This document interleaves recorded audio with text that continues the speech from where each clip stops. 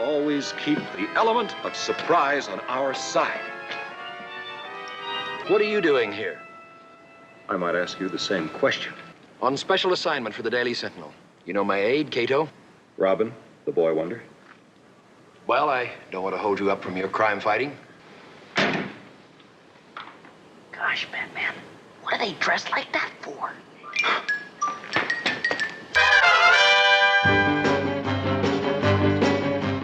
Batman was a television experience unlike any other. From 1966 to 1968, it exploded onto the screen as a vivid pop culture phenomenon. Instead of portraying DC Comics' grim, dark knight in a serious light, the show transformed him into the centerpiece of a colorful, campy comedy. With Adam West and Bert Ward delivering straight-faced performances amidst the chaos of their weekly battles against an array of flamboyant villains. Here are 10 weird facts you might not know. I say might because maybe you know them all. Anyway, I hope you enjoy the video. Be sure to stay to the end for a bonus fact.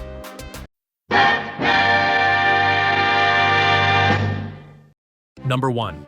The Batman cast earned impressive salaries for the 1960s, with Adam West receiving $2,000 per episode.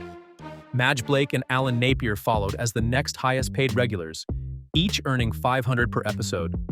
Stafford Rep and Neil Hamilton earned $450 per episode.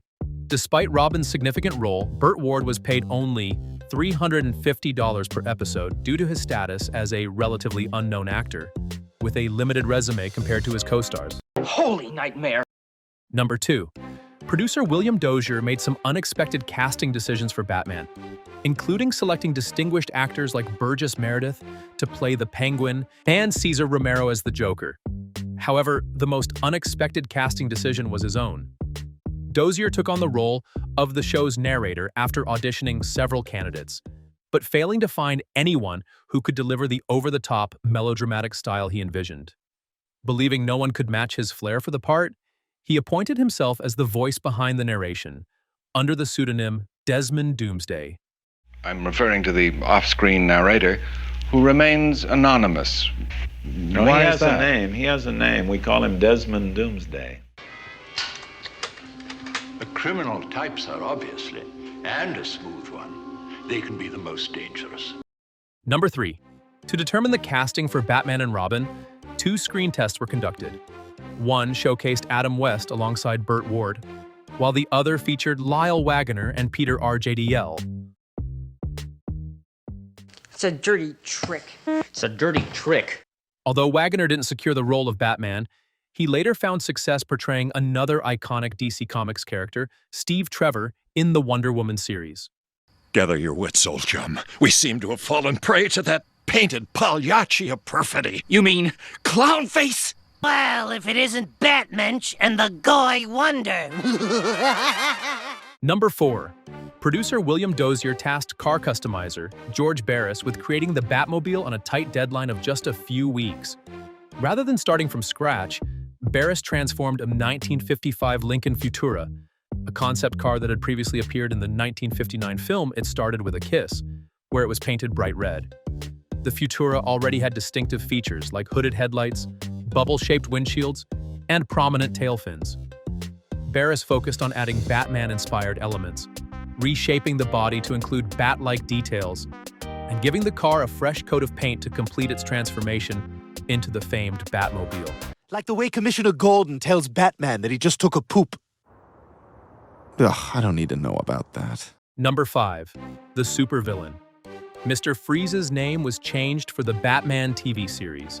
Initially introduced as Mr. Zero in Batman No. 121's story, The Ice Crimes of Mr. Zero, the character was a scientist-turned-criminal who invented an ice gun. During his experiments, he accidentally doused himself with a freezing chemical, rendering him unable to tolerate warmth. To survive, he donned an air-conditioned suit and embarked on a crime spree in Gotham. It was the show's creators who rebranded Mr. Zero as Mr. Freeze, giving the character the memorable moniker he's known by today. I'm sorry, Batman. I wanted to toy with you a little longer. But das ist the way the ice cube crumbles. Holy subscribers, Batman. If you're enjoying this video and wouldn't mind supporting the channel, please hit the like button. Thanks so much. Now back to the countdown.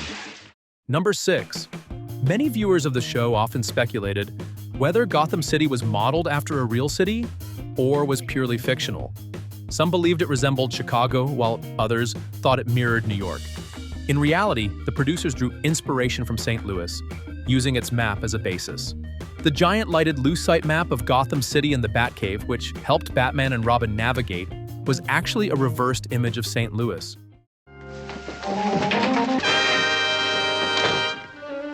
The dynamic duo. Number 7. Bert Ward, whose real name is Bert Jervis, landed his debut acting role after impressing producers in an audition, showcasing his skills in judo and tumbling. Throughout his time on Batman, Ward often recounted several near-death experiences on set. During his first scene in the Batmobile with the stuntman doubling for West, Ward narrowly avoided being thrown from the vehicle when the passenger door unexpectedly swung open. In another incident, an explosion sent a 2x4 hurtling into his face, adding to the list of his on-set dangers. Do any of you know billionaire Bruce Wayne? No, none of us do. And he wouldn't want to lend us money anyway, I hear. Number 8. It turns out that Bert Ward led quite the adventurous life when he joined the show at just 19 years old. Both Bert Ward and Adam West were single at the time and had many female fans admiring them. They both took advantage of their popularity, as Bert described in his autobiography. A tricky devil. He's hit us below the belt. He shared that he and Adam were like kids in a candy store during the free-spirited 1960s, a time known for its embrace of free love. Bert recounted how they often had women visiting them on set and even knocking on their windows. He credited Adam with introducing him to this wild lifestyle. You know something, Batman? What's that, Robin? She looks very pretty when she's asleep. That single statement indicates to me the first oncoming thrust of manhood, old chum. Number 9. Following the conclusion of the 3rd season, ABC sought to reduce the show's budget by making significant changes to the storyline. Their plan involved cutting characters, with Chief O'Hara and Robin being the primary candidates for removal. This would have left Batman without his trusted partner. To address this, the production team proposed making Batgirl his new full-time sidekick.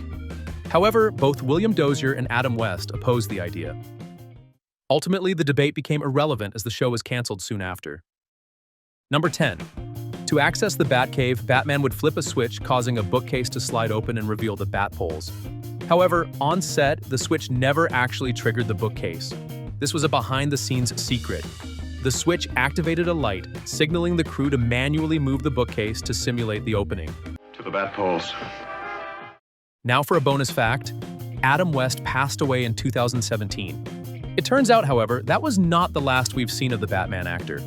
Filmed in May 1967, a long-lost black-and-white clip shows the Caped Crusader teaching young British kids how to cross the street.